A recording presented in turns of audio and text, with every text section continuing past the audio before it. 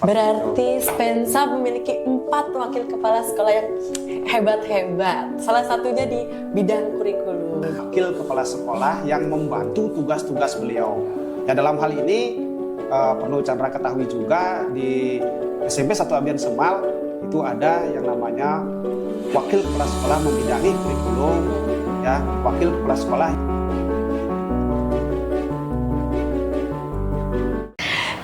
Spensa, kembali lagi di podcast SMP Negeri 1 Abian Semal.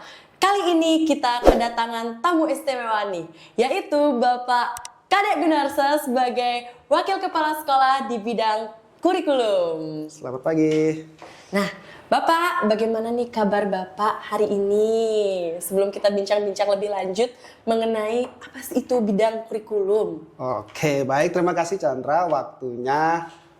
Bapak sebenarnya kaget ya ditunjuk langsung untuk wawancara di pagi hari ini. Yeah. Secara umum hari ini kabar baik ya, Stungkara sehat selalu.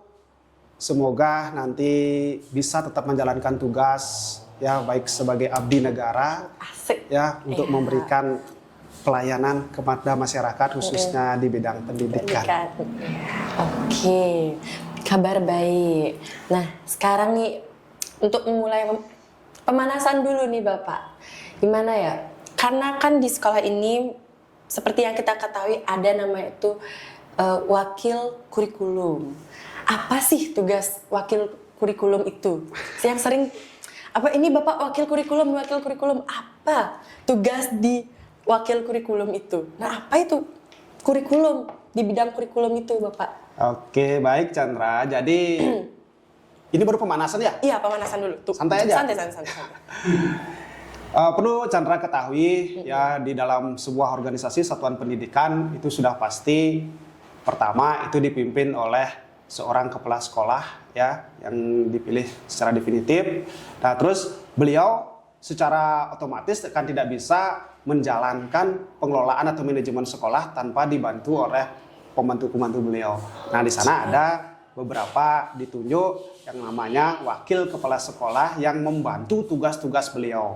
Ya, dalam hal ini perlu Chandra ketahui juga di SMP 1 Abian Semal itu ada yang namanya wakil kepala sekolah membidangi kurikulum, ya, wakil kepala sekolah yang membidangi kehumasan, ya, wakil kepala sekolah yang membidangi kesiswaan, maupun juga ada yang membidangi di sapras atau sarana prasarana. Berarti Spensa memiliki 4 wakil kepala sekolah yang hebat-hebat. Salah satunya di bidang kurikulum. Wah. Oke. Nah, apa gimana? Nah, di SMP 1 Abian Semal sekarang kan menggunakan kurikulum Merdeka. Menurut Bapak gimana? Keuntungan apakah di kurikulum Merdeka ini Bapak merasa kesulitan atau lebih mudah untuk misalnya ke siswanya itu? Baik, untuk kurikulum sebenarnya di tahun ajaran baru ini, tahun ajaran 2025-2026 itu sesuai dengan Permendikdasmen itu masih menggunakan acuan yang namanya kurikulum Merdeka yang dijadikan kurikulum nasional ya, secara menyeluruh seperti itu. Namun di dalam itu ada beberapa komponen-komponen yang boleh dikatakan pembaharuan, bukan hilang melainkan pembaharuan. Salah satunya sebelumnya itu ada yang namanya kegiatan kokurikulernya itu namanya penguatan profil pelajar Pancasila. Ya, melalui yang sering disebut dengan Proyek P5 kan seperti itu kan. Nah, sekarang itu di dalam pembaharuan berikutnya ini itu ada yang namanya kokurikuler, di samping yang utamanya itu ada intrakurikuler, yang kedua ada kokurikuler, ada ekstrakurikuler seperti itu. Nah, khusus untuk di SMP 1 Abian Semal ya, kita tetap menggunakan kokurikuler yang dalam hal ini bertemakan berbasis lingkungan. Wah, keren. Ya, berbasis lingkungan. Ngapain aja? Kalau misalnya kan temanya udah keren tuh, berbasis lingkungan. Ngapain aja sih siswanya ini pada saat kokurikuler itu? Nah, di dalam kegiatan kokurikuler itu sebenarnya diharapkan pertama sekali itu siswa bisa menggali potensinya sendiri. Mereka itu bisa bereksplor, ya, bereksplor dalam artian bagaimana gagasan idenya itu bisa memelihara lingkungan setempat. Dalam hal ini adalah di lingkungan satuan pendidikan mereka. Nah, seperti itu harapan Bapak. Dan selanjutnya nanti di sana siswa sudah diberikan pembekalan, pembimbingan juga, terutamanya dari guru yang dilibatkan sebagai fasilitator, sehingga mereka lebih terkontrol. Ya, terkontrol, terarah apa yang mereka lakukan. Dalam hal ini tidak lepas juga dari ide masukan dari siswa tersebut sendiri. Ya, tapi di sini fasilitator sifatnya memfasilitasi mereka.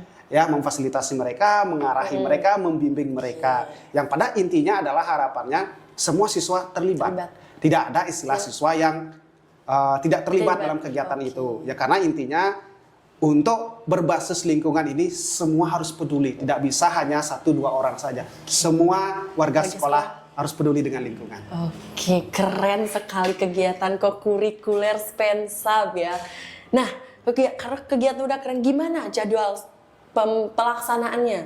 Kapan dilaksanakan kokurikuler ini? Nah, itu yang menjadi tanggung jawab Bapak di bidang kurikulum dan juga dibantu oleh Kaur Kurikulum di sana. Itu Bapak mengatur sedemikian rupa ya biar proporsi antara kokurikuler dengan intrakurikuler itu bisa dibedakan. Meskipun dalam hal ini itu adalah kokurikuler yang diambil itu kokurikuler yang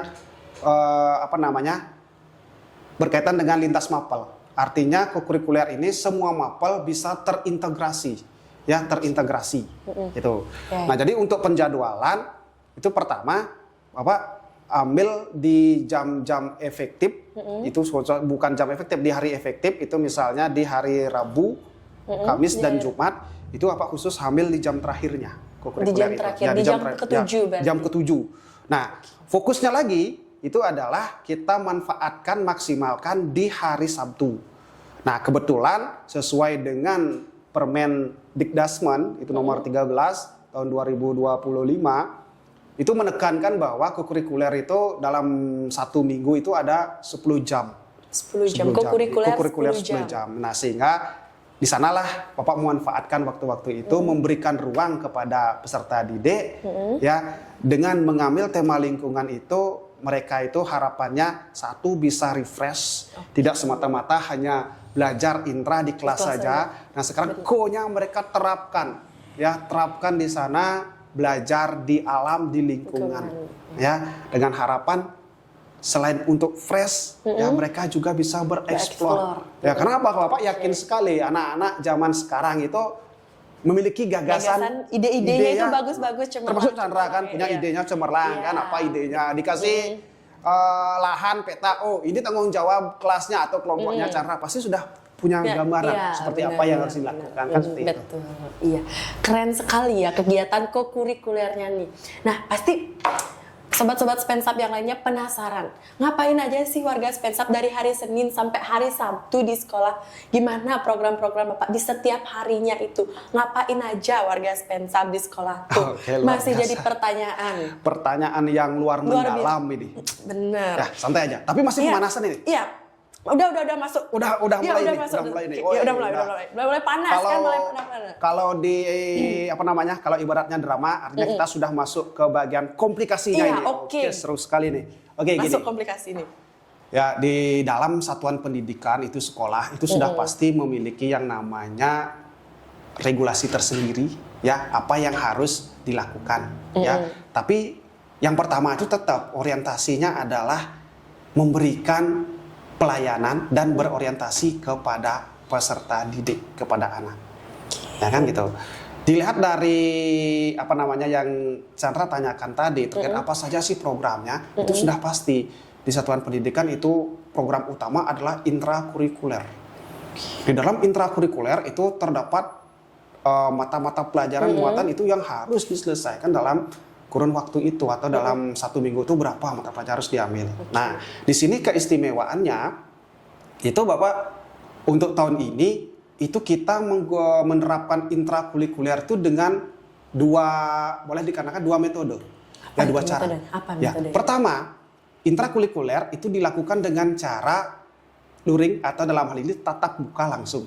Tatap muka langsung. Ya. Oke, kan itu sudah biasa. Sudah biasa kan? Biasa. Hampir Sampai hampir semua kan, sekolah semua kan satuan yang pendidikan menerapkan seperti itu, iya. tatap muka. Apa yang Nah, istimewanya? terus yang keduanya di samping itu, ya biar ada yang namanya di sini pemanfaatan digital. Digital. Pemanfaatan digital. Ya salah satunya kita juga membiasakan atau dalam hal ini menggunakan metode yang namanya luring atau Luring. yang di sini disebut dengan blended. Blended. Ya, luring. Apa itu? Nah, di dalam luring ini kita di sekolah itu menggunakan yang namanya LMS. Learning Management System. Learning Management System. Nah itu sehingga peserta didik itu bisa melaksanakan pembelajaran daringnya, ya daringnya tidak tatap muka itu melalui LMS tersebut. Oke. Nah itu. Keren ya. Menggunakan berarti dua metode. Spensa punya dua metode ya. Dengan cara tatap muka langsung dan juga dengan cara daring atau melalui LMS. Nah, dengan LMS harapannya siswa dia akan boleh dikatakan tidak jenuh seperti apa yang Bapak katakan tadi di kelas kan, biar nggak di kelas sumpah. Sewaktu-waktu ya lewat duduk di sofa dia bisa belajar belajar melalui LMS tersebut. Seperti itu harapannya. Harapannya ya semoga bisa berjalan lancar. Nah, ke kurikuler udah, intrakurikuler kita masuk ke minat dan bakat siswa, ekstrakurikuler. Ekstrakurikuler. Apa aja ekstra yang ada di SMP Negeri 1 Abian Semal? Kan banyak tuh katanya SMP Negeri 1 Abian Semal, siswa yang berprestasi.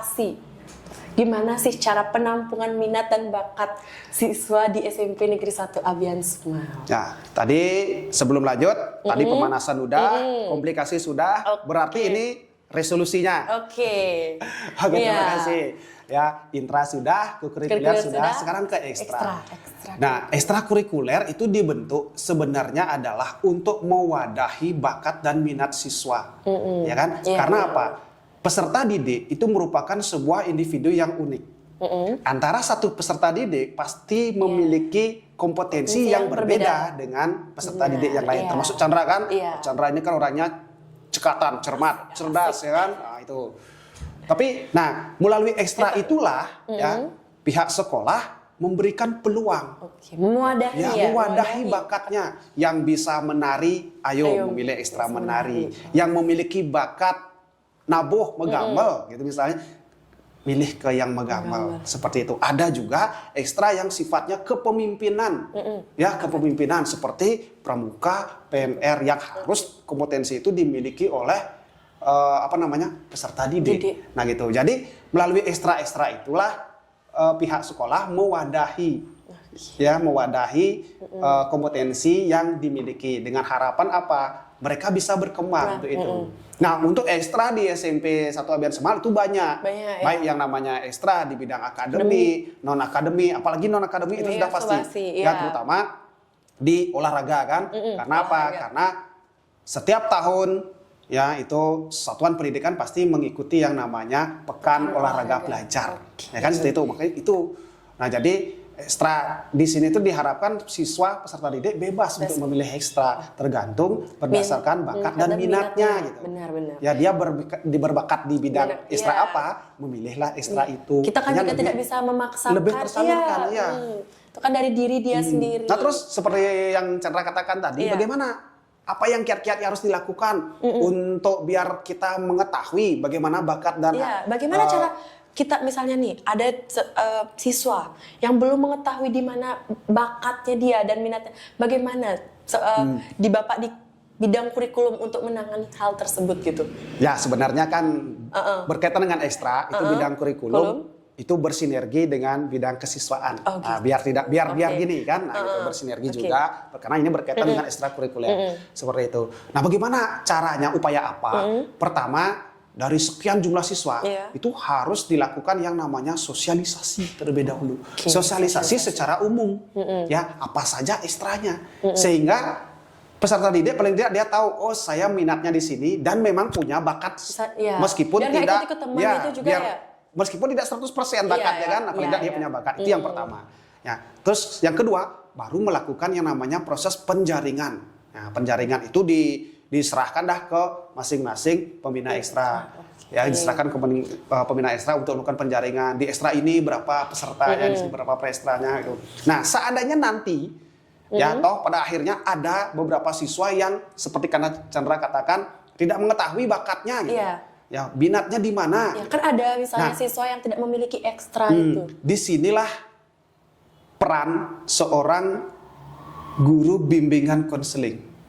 Ya, Guru BK ya? Dia itu guru bimbingan konseling itu akan menggali lebih dalam, memberikan bimbingan, pengarahan, ya kan, terkait dengan bakat anak tersebut. Ya, pasti ada bakatnya, cuma dari dirinya sendiri itu belum mengenali. Iya, belum Ya, mengenali belum diri mengenali sendiri. bakatnya seperti apa.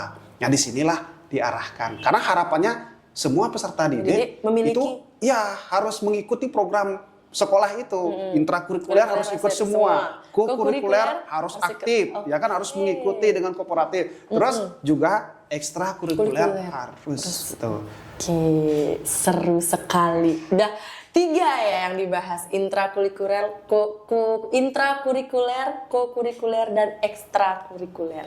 Nah, yang terakhir nih ya, berikanlah pesan kepada sobat Spensab di sini biar lebih semangat belajarnya, biar lebih mau belajar lebih menekankan prestasinya, kan Spensab cermat berprestasi. Ya. Yuk Bapak berikan pesan dan kesannya. Baik, sobat Spensab, warga Spensab seluruhnya, ya, pesan Bapak itu adalah kita menjadi anak yang cerdas sesuai dengan cerdas. visi SMP Negeri 1 Abian Semal, ya. Siswa yang cerdas, cermat berprestasi. Cermat berprestasi, etika berbudaya, ramah lingkungan, disiplin, lakukan aksi nyata, lakukan aksi nyata, dan sadar akan tanggung jawab. Nah, Oke, keren sekali, Spensab cerdas. Oke, itu aja untuk podcast kita kali ini. Terima kasih untuk Bapak sudah mau meluangkan waktu untuk mengisi podcast kita kali ini. Nah, oke Sobat Spensab, itu yang bisa kita tampilkan. Sekian dan terima kasih. terima kasih. Terima Semoga kasih, Bapak, bisa ya. ketemu di lain kesempatan lagi. Iya, bisa bertemu di ya.